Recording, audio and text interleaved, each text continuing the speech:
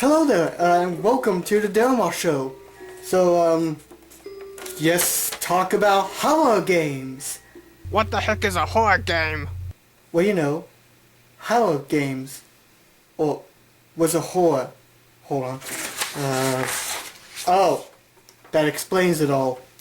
I made a misspelling error, and I misspelled a horror instead of horror, so, yeah, I suck at spelling, yeah. When it comes to game genres, my personal favorites has always been platformers, action-adventures, and the occasional RPGs. But there are some genres I wouldn't consider myself a huge fan of, yet have my love and hate relationships with. One of them being the survival horror genre. Yes, I have played them, and I really love a few of them just because of the atmosphere alone, such as Clock Tower and the original Resident Evil. Wait, no, I lied. I just like the cheesy voice acting in it. You were almost a Jill sandwich. You're right. And heck, I love some horror games just cause of the creative ideas that could come out of it. However, when it comes down to it all, I'm more of a casual fan of the genre. Why, you ask? Because I am a little wuss. I hate screamers, and if I made my own bottom 10 list, they would be right up in the middle of it all. Yeah, anyway, a couple months back I was purchasing Shovel Knight on the Nintendo eShop. By the way, amazing platformer! And I came across a game as I was going through the game list of stuff to buy for no reason whatsoever. I saw a game that confused me a bit, and it's simply called The Letter. Now, two things got me interested on this game. One, the reviews, which were very unwelcoming, and two, it was pretty cheap. Now, the full retail price of this game is $2, but I got it on discount for 89 cents. I love that kind of deal! And since this is the month of horrors, not horrors, as I stupidly misspelled, I thought we should take a look at this game because the icon looks scary. I'm so scared. I wish I had my tiny box stem. It makes everything so happy.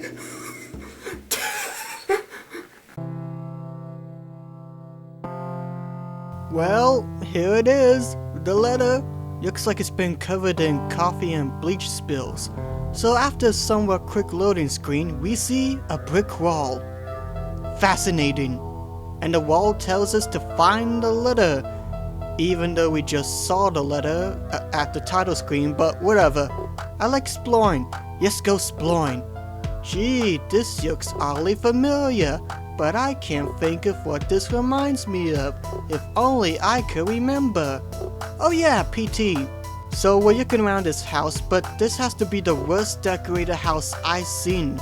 The room's all cluttered up with this weird poster, a few pallets laying in the corner, a somewhat dead plant, and a bouncy ball just rolling on the shelf. It just rolls. It keeps rolling and rolling. Rolling, rolling, rolling, rolling, rolling, rolling, moo-ha. Okay, enough screwing around. What's the story? Well, I don't know. Hey, look, a letter. Yes, pick it up and we shall read it. Now for these kind of games, instead of going for a dramatic and Emmy Award-winning speech, I will instead read this in a very silly voice. So, pitch my voice. Dear Michael, I have made a grave mistake. By the time you get this, I will probably already be gone. The job site. There is something unsettling here. I do not know have the time to explain. I am sorry. I have nothing to leave you to remember me by. All I can say for your journey in life, do not trust anyone.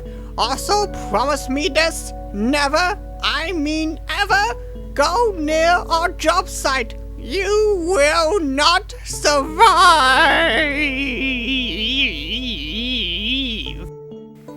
Beautiful. So in case you don't catch that, you play as Michael, who is looking for clues as to what happened to his father, who just left a letter to Michael not to go to the job site. And what does he do after reading this heartbreaking letter goes to the job site. And oh boy, this game is reminding me more of PT the more I play it. Oh my, they did such a grand job of capturing the spirit of the Fox engine and the puttiness. Well, actually, never mind, cause you can't see nothing! Seriously, what am I looking at? Okay, I guess it's time to really explain. As you can probably tell, I'm playing this game in glorious 480p non-HDMI. So if it looks extremely dark and you can't see much, I do apologize. But it's okay though, because there's nothing in this game.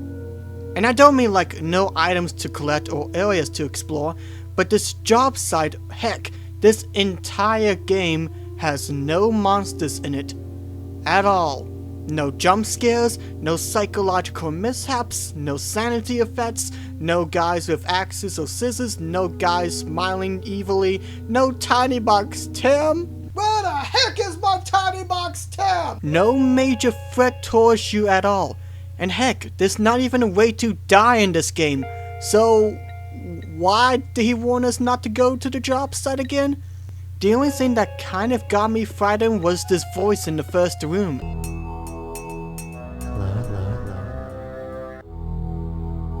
Hello? Can you hear me? Other than that, don't worry folks, there are no monsters, no screamers, hooray! No, nothing at all.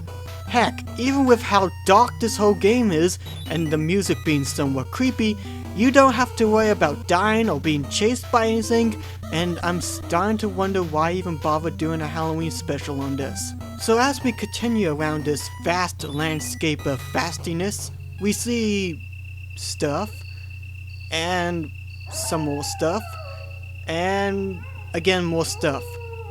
Hello? Anybody? Slendy? Lisa?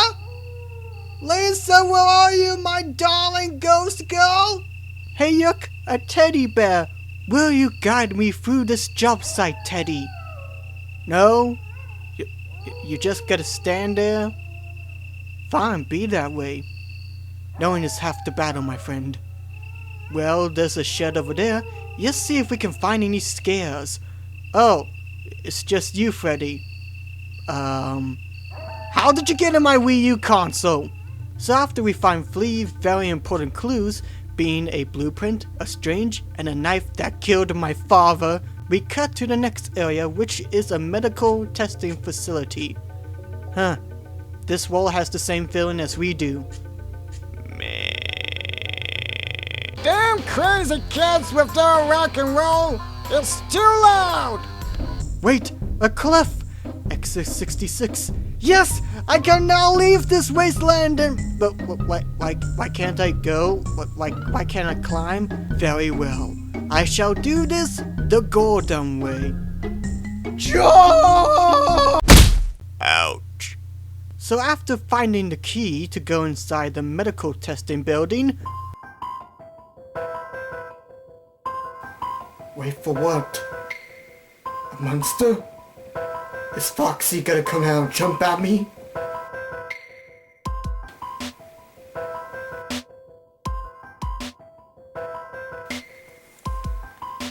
So, wait for what? My zombified dad? What was the point of that handwriting? Hello? Hello?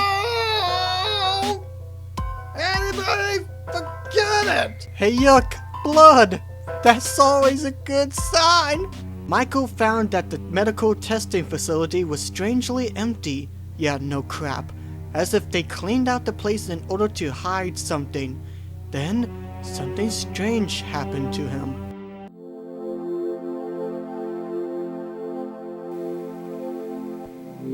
Okay, we're on the beach. Did I die? Am I in heaven? Jesus? No, Papa Charlie? Nana fellas, I made it!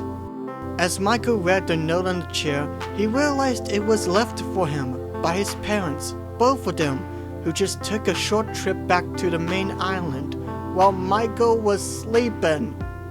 This entire time, he was only dreaming and everything was okay.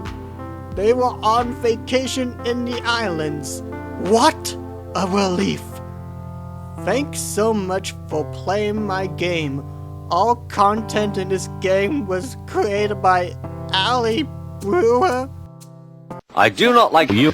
Off. This would not be possible without all of our Indiegogo supporters. Wait, what? This was on Indiegogo? Okay. So as it turns out, the game was on Indiegogo back in June, July, give or take, I can't remember, and was seeking a full project funding of $5,000, and it only got to $377. That'll keep me set for a week. And this just raises a question. Why bother making a game if you don't have the set amount of funding to make the full project? I'm not gonna act like this game was gonna be like a masterpiece of some sort, but by releasing a game that wasn't even gonna come close to what the final project was gonna be like on a short tight budget, it seems like a waste of time to me. Miyamoto once said that a delayed game would be eventually good, a bad game is bad forever. And maybe that's what Treefall Studios should have done, just set the game aside as a side project until they had the full money and resources to make the full game. For as cheap, short and dull that the game is, I do like the story idea despite the crap ending, and the atmosphere when I first played it had me a bit stiff. But I'm not gonna defend this game at all. It's a forgettable, cluttered up mess of a horror game that's not even a horror itself.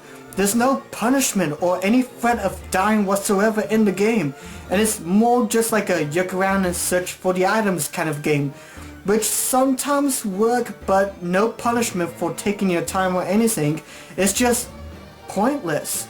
And because of that, guys, I give this game a D.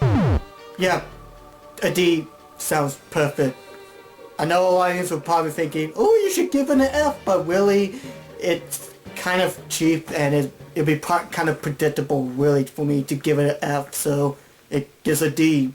And that's all the time we have for today, guys. So as always, if you would like to leave your thoughts on today's game, just comment below.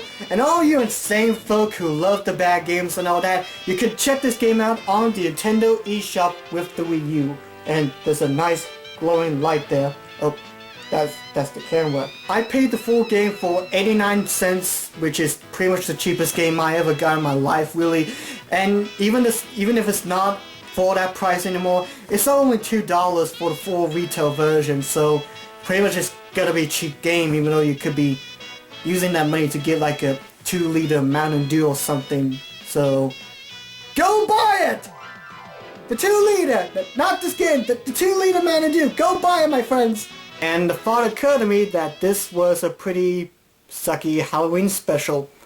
It wasn't scary, the game wasn't really that good, and there was nothing really interesting. And yeah, this was a poor attempt at making a Halloween special. Cut to me writing a letter to my imaginary girlfriend or something. I don't care.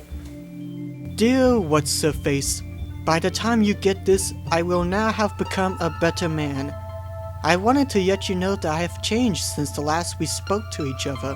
I'm now a better man than I was when I danced in that dancing video for my high school classmates. No, seriously, that actually happened. It happened like 3 years ago or something. Yuck it up. I still feel awful about what I did to you back then. Trying to convince you to eat that wasabi sauce while doing a dare was not the best way to tell you that I love you. But I hope that you will see the changes that I made and that you will come back to me soon. Instead of dating a guy for a week and then move on to the next one, rinse and repeat, and you really do that a lot, and it makes me think that you don't really feel secure with yourself and you have to have a guy every chance you get. And don't ask me how I know this. I've been stalking your Facebook account since you left, and I should have not written this down, But I ran out of writing space, so just ignore that last bit. Please respond soon, my dear. Your loving friend, Delmar. Oh, and P.S. You left your Howard the Duck VHS tape at my house, and I'm sick of having naked lady ducks haunting my dreams. Seriously, what the heck was all that about? TTFN. Bye! Hey, thanks for watching this video. If you'd like to watch more videos I made, click the two annotation links. One of them will lead you to the last episode of The Delmar Show, and the other one will lead you to last year's Halloween special. It is a Thomas comedy, so it's on my other channel, so go check that out. And don't forget to like my Facebook page. Constructive criticism is welcomed. It helps me improve my videos, and who wouldn't want that? And I apologize if this Halloween special wasn't really that scary. In fact, I also apologize if somehow you couldn't see the game footage that well. The game was really dark, and sadly I don't really know how to record 1080p high quality videos or anything, so but I'm learning, give it time. So thanks for watching, and bye bye.